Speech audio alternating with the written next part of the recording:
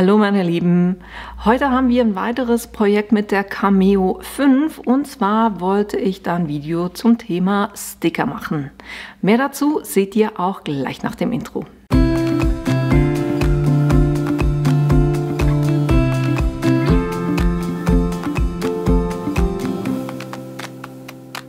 Wenn ich Sticker mache, dann nehme ich oftmals zwei Sachen. Entweder Papeteria, aber das ist ein ganz dünnes und damit ist es extrem schwierig, dass ihr Kiss-Cut-Techniken macht, weil das Trägerpapier halt einfach extrem dünn ist. Von dem her werde ich das heute nicht verwenden, sondern ich nehme das von Cricut, das Printable Vinyl. Super Qualität, auch wenn ihr dann nichts drauf macht, sondern das ganz einfach ausgedruckt verwendet. Und nur weil es Cricut drauf steht, heißt das nicht, dass ihr das nur mit einem Cricut Plotter verwenden könnt, sondern das könnt ihr eben auch mit anderen Plottern verwenden. Genauso wie ihr das Silhouette-Material auch mit anderen Plotter verwenden könnt. Das heißt, ich werde das hier verwenden, plus zusätzlich habe ich noch solche Effektfolien, die ich oben drauf machen werde. Schneeflocken wird es nicht sein, das ist eher für Winter. Herzen glaube ich jetzt auch gerade nicht. Holographisch, wisst ihr was? Ich nehme wieder das Ständchenpapier, was ich schon einmal verwendet habe, weil ich das einfach mega schön finde. Das heißt, so eins werde ich noch verwenden. Ich will ein paar Sachen ausprobieren, weil ich mit der Silhouette Cameo 5 bis jetzt noch nicht geplottet habe, will ich natürlich verschiedene Testschnitte auch machen. Und das erste wird sein, ganz normales Drucken, dann Schneiden mit einer Kiss-Cut-Technik. Das heißt, die Aufkleber bleiben auf dem Träger drauf und werden nur ausgeschnitten und die könnt ihr dann ablösen. Das zweite ist ein Die-Cut. Ein Die-Cut heißt, dass ich komplett auch durch den Träger durchschneide, so dass ich den losen Sticker habe. Und dann werde ich die beiden Sachen auch noch ausprobieren, wenn das hier drauf ist. Von dem her werde ich hier zwei benötigen. Einfach um zu gucken, welche Schnitteinstellungen ich brauche. Ich mache das für mich persönlich so, dass ich hier ein schlaues Büchchen habe. Das kennen einige von euch schon, weil ich das schon seit einer ganzen Weile habe. Und da schreibe ich mir ganz einfach die Sachen rein. Jetzt zum Beispiel dann hier Cameo 5 bei dem Material, was ich für mich für Schnitteinstellungen verwende. Ihr könnt die Schnitteinstellungen nehmen und das damit mal ausprobieren, aber es hängt halt einfach immer davon ab, was für ein Material ihr verwendet, wie abgenutzt euer Messer ist und selbst der Plotter selber ist nicht, also nicht jeder Plotter ist haargenau gleich. Von dem her würde ich euch auf jeden Fall auch anraten, genau gleich wie ich das jetzt mache, dass ihr zuerst Testschnitte macht. Ich schneide mir hier ein kleines Stückchen ab unten. Muss nicht viel sein, weil ich mache wirklich quasi nur so ein kleines Herz. Werde ich ausprobieren, wie gut das sich schneiden lässt. So, der Streifen reicht eigentlich schon. Und auch bei der Folie hier habe ich immer Resten, weil was ich mache, wenn ich irgendetwas ausschneide, ist, dass ich die nicht wegschmeiße, weil die könnt ihr wunderbar auch mit dem Printmaker verwenden. Das heißt, ich gebe hier jetzt unten einfach mal einen kleinen Streifen drauf, damit ich den dann verwenden kann.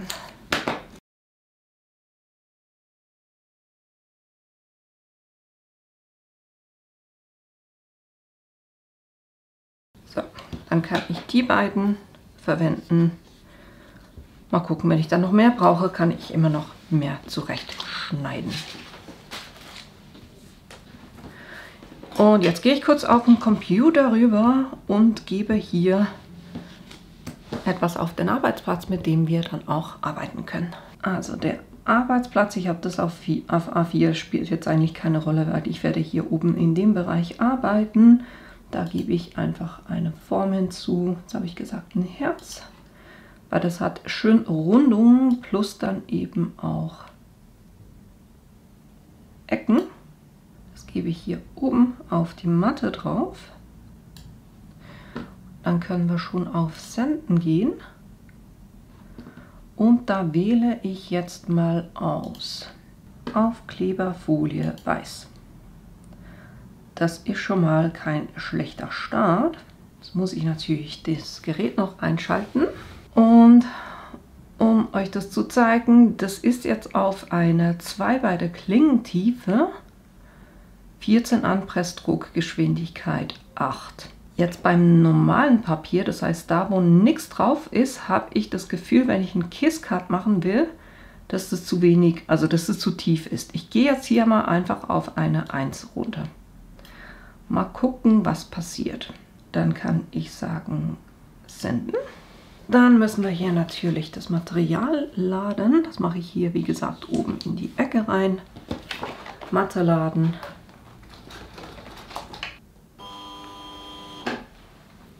Nochmal senden. Und dann gucken wir uns an, was passiert. Jetzt gucke ich mir das kurz an. Das Papier wurde nicht durchgeschnitten. Oder das Trägerpapier. Und es ist ein Kiss-Cut, aber eigentlich zu wenig. Gut, das heißt, die 2 war vielleicht doch nicht schlecht. Dann versuchen wir das nochmal, doch mit der 2. Gucken wir uns das an. Nicht durchgeschnitten, wunderbar. Und der Kleber lässt sich super lösen. Das heißt für mich hier, das ist eine 2, Anpressdruck eine 14 und Geschwindigkeit eine 8. Das ist ein Kiss-Cut, ne, wenn ich den Kleber wegnehmen kann, aber der Träger nicht durchgeschnitten ist. Jetzt versuchen wir da einen Die-Cut zu machen. Verschiebt das jetzt kurz.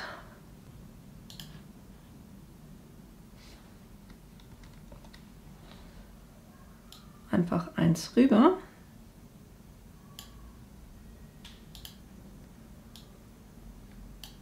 Dann weiß ich auch sauber den Abstand, dass ich nicht nochmal da schneide, wo ich schon geschnitten habe. Und jetzt gehen wir mit der Klinge auf eine 3 hoch. Den Rest lasse ich so stehen. Sage senden und senden. Gucken wir, was jetzt passiert ist. Hat es ein bisschen angeraut, aber definitiv nicht durchgeschnitten. Das heißt, ich brauche hier noch einen neuen Anschnitt. Dann gehen wir auf eine 4 sogar hoch.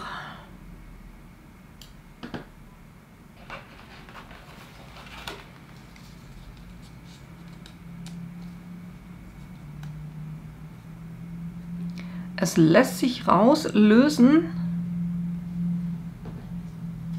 Aber was ich auch sehe, ist, dass die Oberfläche extrem angeraut ist. Von dem her versuche ich da was anderes kurz, nämlich mit 2 Schnitten. Also 2 Durchgängen. Und weniger Druck. Das heißt wieder zurück auf eine 3 oder vielleicht sogar eine 2 und einen höheren Anpressdruck. Und dann aber 2 Durchgänge. Jetzt muss ich das natürlich wieder verschieben, weil hier hatte ich ja schon 1.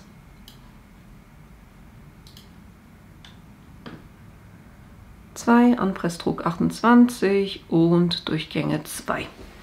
Auch das ist angeraut.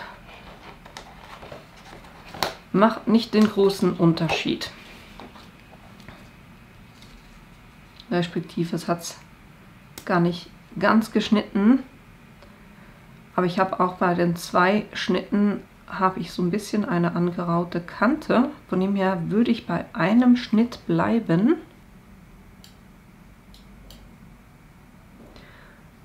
Das heißt 4 Anpressdruck wieder runter.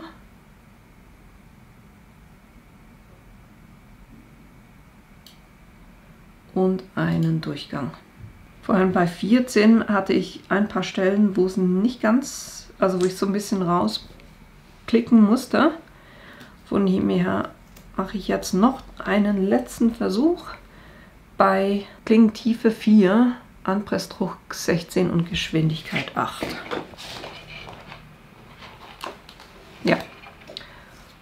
Wunderbar. So hat es das wirklich geschnitten, ohne dass es irgendwo hängen geblieben ist. Das heißt, KissCut ist bei mir eine 4 von der Klingentiefe, Anpressdruck 16 und Geschwindigkeit 8. So, jetzt weiß ich mal das, wo nichts drauf ist. Und jetzt nehmen wir das hier noch. Dann nehme ich jetzt ein anderes Material. Und zwar haben wir hier holographischer Stickerbogen. Nehmen wir mal den.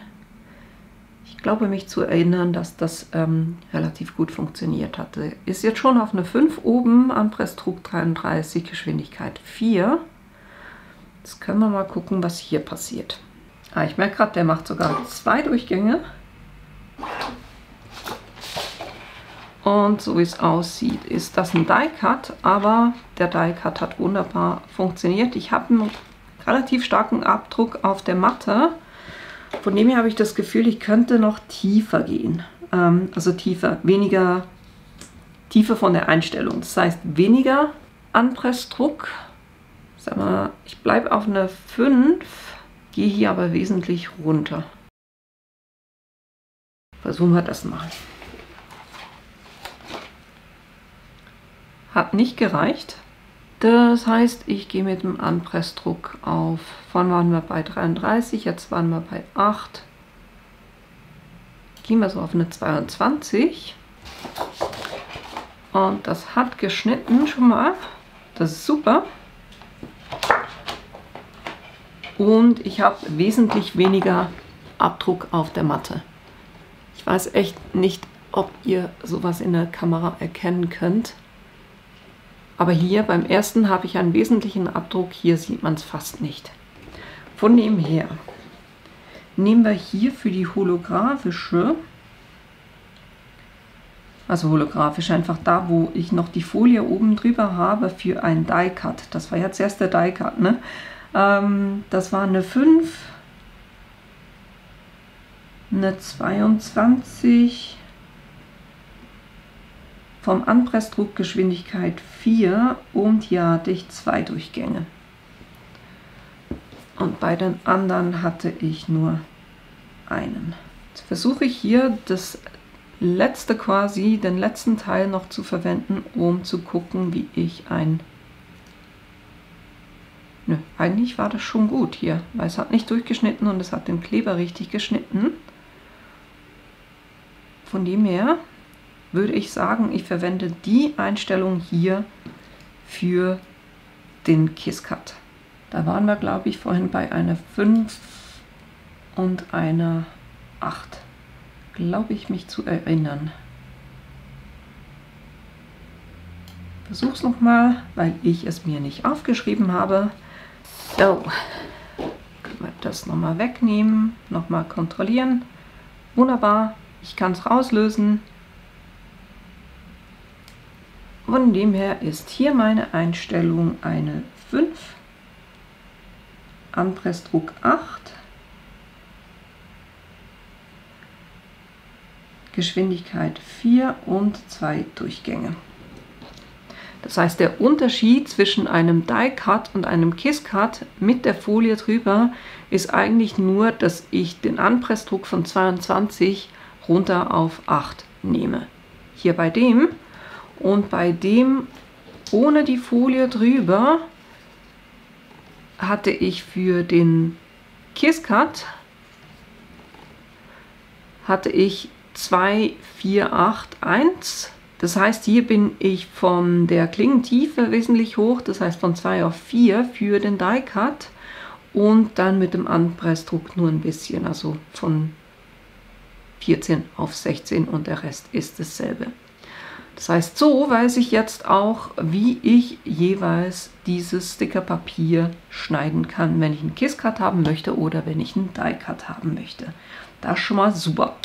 Jetzt können wir ins Design reingehen und ich muss euch schon mal vorwarnen, es wird heute extrem süß. Also Zuckeralarm ist angesagt, weil ich habe den Knuffelhasen von Stuff Deluxe und ich finde den einfach den Hammer.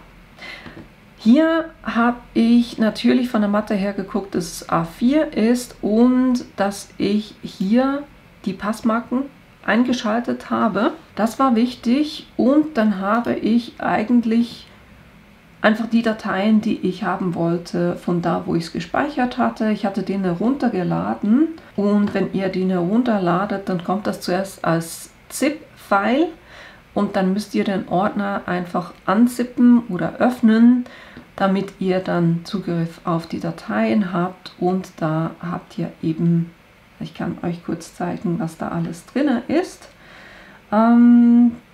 Vorschau, Knuffelhase, Digipapier. Das sind die Hintergrundpapiere, die es gibt und ich habe 2 davon verwendet, um auch einen Kreis auszufüllen. Und das andere war der Knuffelhase selber. Der ist einfach zu süß. Das heißt, hier habt ihr den Hasen, einmal mit mehr Schattierung, einmal ein bisschen weniger Schattierung oder weniger kräftigen Farben, einmal in Schwarz-Weiß als Skizze und dann habt ihr hier auch noch einen kleinen Regenbogen, hier eines mit Liebe, dann ich hab dich lieb, du bist so süß, Hasengrüße, gute Besserung, danke mein Hase und frühlingsreif. Und ich finde das echt der Hammer. Und dann habt ihr das sogar noch als Postergröße. Das ist alles mit dabei. Dann habe ich einfach eine Datei genommen aus dem Ordner und die hier reingezogen und die dann in der Größe entsprechend angepasst. Ich habe hier teilweise noch ein Offset gemacht. Da könnt ihr ganz einfach hier über die Funktion, machen wir es hier, Offset, könnt ihr definieren, wie stark dieser Offset sein muss, wie sehr euch das gefällt. Es gibt solche, die machen das so, dass sie, wenn sie ein Die-Cut machen, das heißt komplett durchschneiden, dass sie einmal zum Beispiel beim Kreis den Kreis selber schneiden, plus dann noch ein Offset außenrum machen und dann beim Inneren nur einen Kiss-Cut machen und beim Äußeren einen Die-Cut. So habt ihr quasi einen Rand, wo ihr den Sticker einfacher ablösen könnt. Das ist eine Möglichkeit, das heißt, ich würde jetzt hier einfach sagen, ich will ein Offset haben und dann würde ich für dieses Offset dann eine andere Einstellung verwenden, nämlich die für Style Cut und die beim Kreis innen, das fürs Kiss Cut. Das mache ich jetzt aber nicht, ich wollte euch einfach zeigen, wie ihr das machen könnt. Jetzt haben wir hier, teilweise seht ihr beim Hasen, ich versuche das kurz ein bisschen näher ranzunehmen. Bei dem hier habe ich so, dass ich wirklich nur das Offset habe, weil als ich den Hasen hatte, habe ich den plus das Offset zusammen markiert und dann verschweißen gesagt. Das funktioniert bei dem hier gerade nicht, weil sonst verschwindet bei mir der Hase. Von dem her mache ich das dann einfach bei den Einstellungen ein bisschen anders. Aber wenn ihr hier das habt, ein Offset gemacht habt und nur das Offset schneiden wollt, nicht das Motiv selber, markiert ihr einfach beide und sagt dann rechte Maustaste verschweißen. Vom Design her habe ich einfach logischerweise drauf geguckt, dass ich nirgendwo in den Bereich also überall im roten Bereich drinne. Und wenn ihr die nicht angezeigt habt, dann ist es hier Schneiderand anzeigen. Ich kann auch Druckrand anzeigen, auch noch machen, aber spielt jetzt bei mir eigentlich keine Rolle, weil ich bin begrenzt durch diese Passmarken.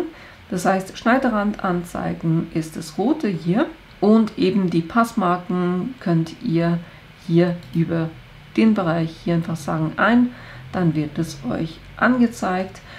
Druckausblutung wäre zum Beispiel, wenn ich ganz sicher sein wollte, dass es quasi über das, was ich schneide, hinaus da ein bisschen Farbe auch ist. Und dann würde es hier diesen Außenkreis ein bisschen größer drucken, also weiter rausdrucken und dann trotzdem hier schneiden und so habe ich sicher keine weiße Kante. Wenn bei euch jetzt irgendwie der Schnitt nicht gut kommen würde, dann müsstet ihr auf jeden Fall eine Druckerkalibrierung machen. Genau, das ist was. Und ansonsten habe ich hier, wie gesagt, einfach die Hasen auf das Blatt Papier verteilt. Und jetzt kann ich das Ganze auch drucken. Das heißt, ich muss zuerst kurz in meinen Drucker das richtige Papier reinmachen und dann kann ich das auch ausdrucken. Dann kann ich hier auf Drucken gehen oder auch über das Symbol, spielt eigentlich keine Rolle. Kann sagen drucken. Dann kommt mein Menü, dann wähle ich natürlich meine Drucker aus. Gehe ich hier bei der Medienqualität noch auf hoch oder optimal. Dann gucke ich, dass ja nichts quasi von der Seitengröße her angepasst wird, sondern das 1:1 ausdruckt. Hier ein Papierformat anpassen, das sollte deaktiviert sein. Und dann sage ich drucken. Und jetzt beim Senden sage ich einerseits, ihr seht hier, er würde jetzt innen drinne auch den Hasen schneiden. So, dann sage ich hier nur ranschneiden, damit es wirklich nur das Äußere schneidet, und zwar hier bei dem anschneiden, eigentlich bei allen, die ich habe mit Kreisen.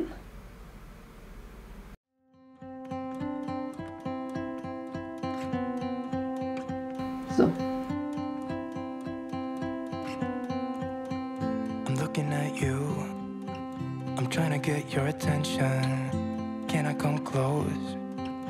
I don't know how to play. So, ich muss jetzt hier kurz reinspringen, weil ich denke mal manchmal wirklich, wie doof kann man sein. Aber naja, mein Problem, was ich hatte bei dem, was ich gemacht habe, war, dass ich versucht habe, A4 auf ein Letter Size zu drucken. Und das hat natürlich nicht funktioniert, weil es unten nicht reicht, weil A4 ist länger als Letter Size. Und das ist eben, wo steht denn das? Steht das irgendwo? Nee, steht hier nicht, aber auf jeden Fall, so die Größe ist angegeben, aber ich hätte es merken müssen. Von dem her habe ich da kurz dann mal die Kamera ausgeschaltet und versucht herauszufinden, was genau das Problem ist, ob das mein Drucker ist, der nicht richtig transportiert, aber es war tatsächlich einfach, dass das Blatt zu kurz ist, weil es eben Letter Size ist und nicht A4. So. Und dann habe ich ein bisschen geübt, aber das ist auch gut, weil dann kann ich euch auch noch ein bisschen mehr erzählen, weil was ich auch noch ausgetestet habe, ist eben das A4-Papier von Papeteria. Das ist Schweiz, das ist bei uns ein Mikroprodukt, glaube ich, Papeteria. Steht jetzt, glaube ich, auch nicht, wie dick das Material ist. 30 Blatt, 30 Etiketten, A4. Nee. Dicke steht nicht drauf, aber es ist ein extrem dünnes Trägermaterial und deshalb habe ich hier für den KissCut habe ich das Messer auf 1 eingestellt, Anpressdruck auf 16, die Geschwindigkeit auf 8 und einen Durchgang. Wir können uns da einen kleinen angucken. Ich muss da beim Ablösen auch immer extrem vorsichtig sein, damit ich die nicht zerreiße.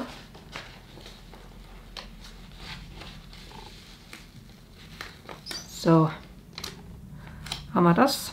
Und ihr seht, das Resultat ist absolut perfekt geworden.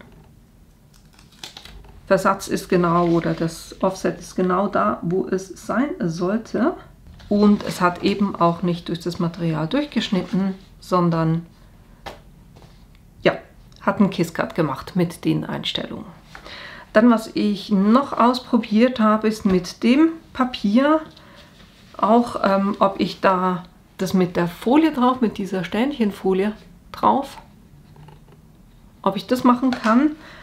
Und ja, es hat,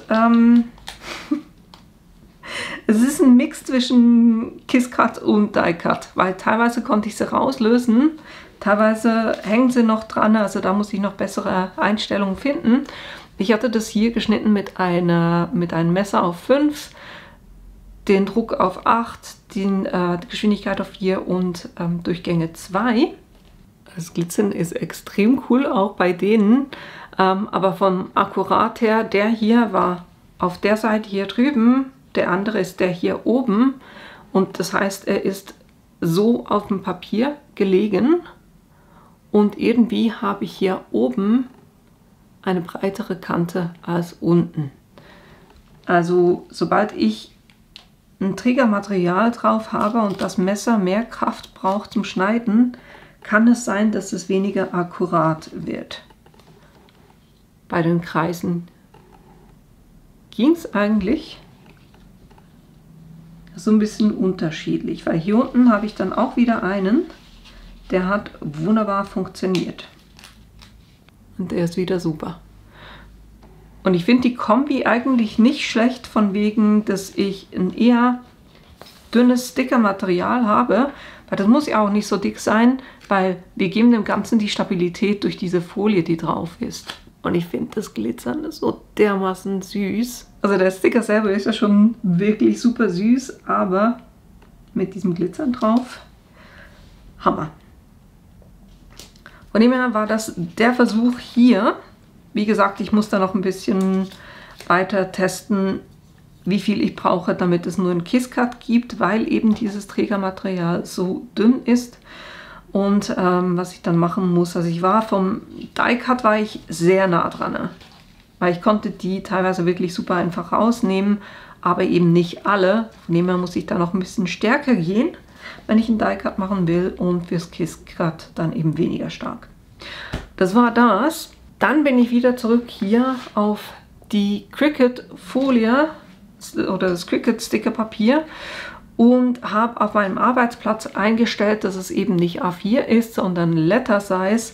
Dadurch musste ich natürlich dann auch meine Motive verschieben, weil das Blatt ist ja schon wesentlich kürzer und dadurch hat er auch ein bisschen weniger Platz drauf.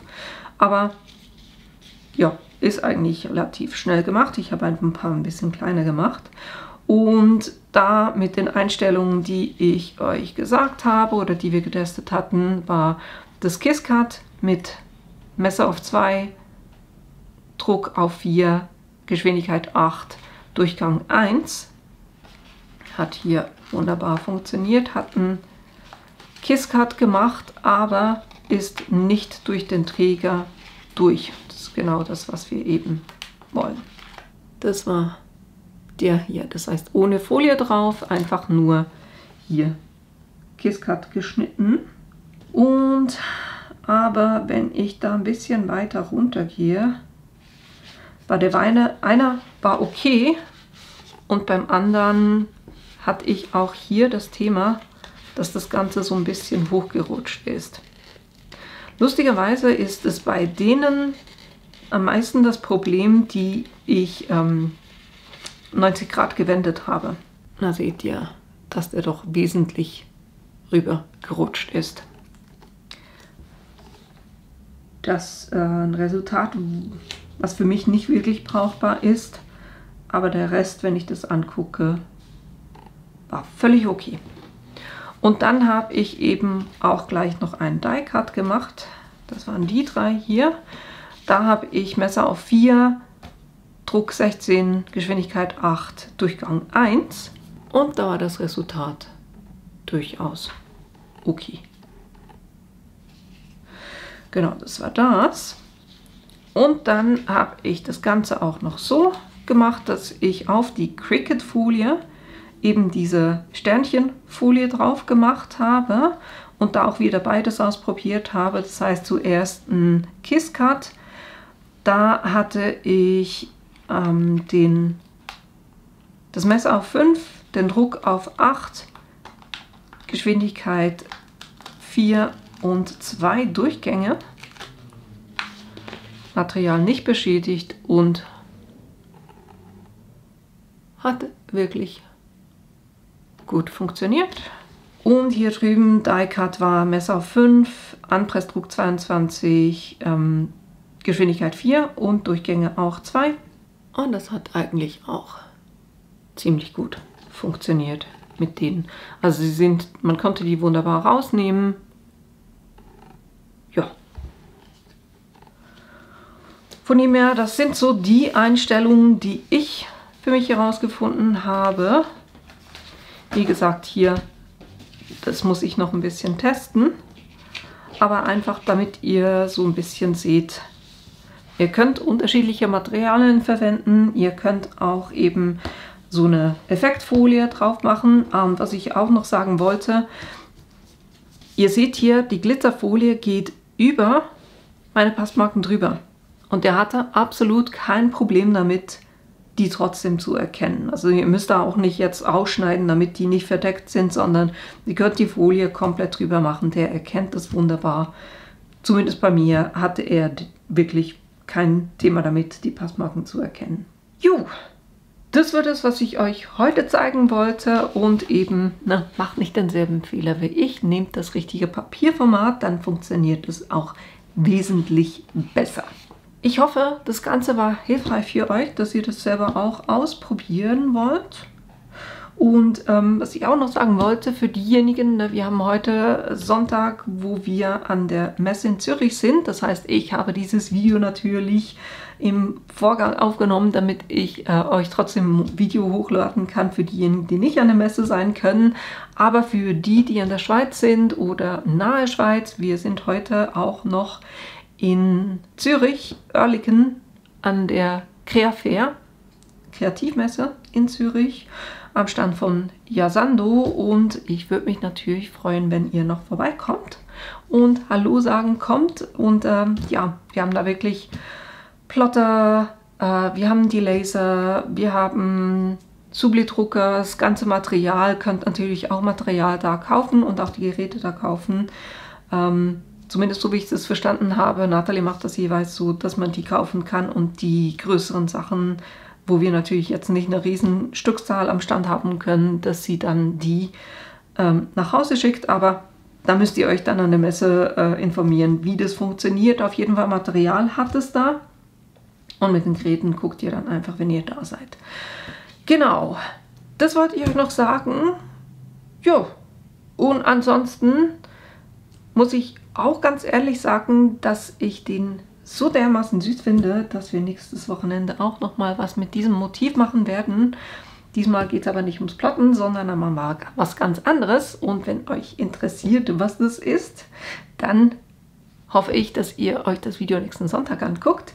Jo, das war eigentlich auch alles, was ich euch heute erzählen wollte. Ich hoffe, euch hat das Video gefallen und dass ihr eben beim nächsten Video auch wieder mit dabei seid. Bis bald!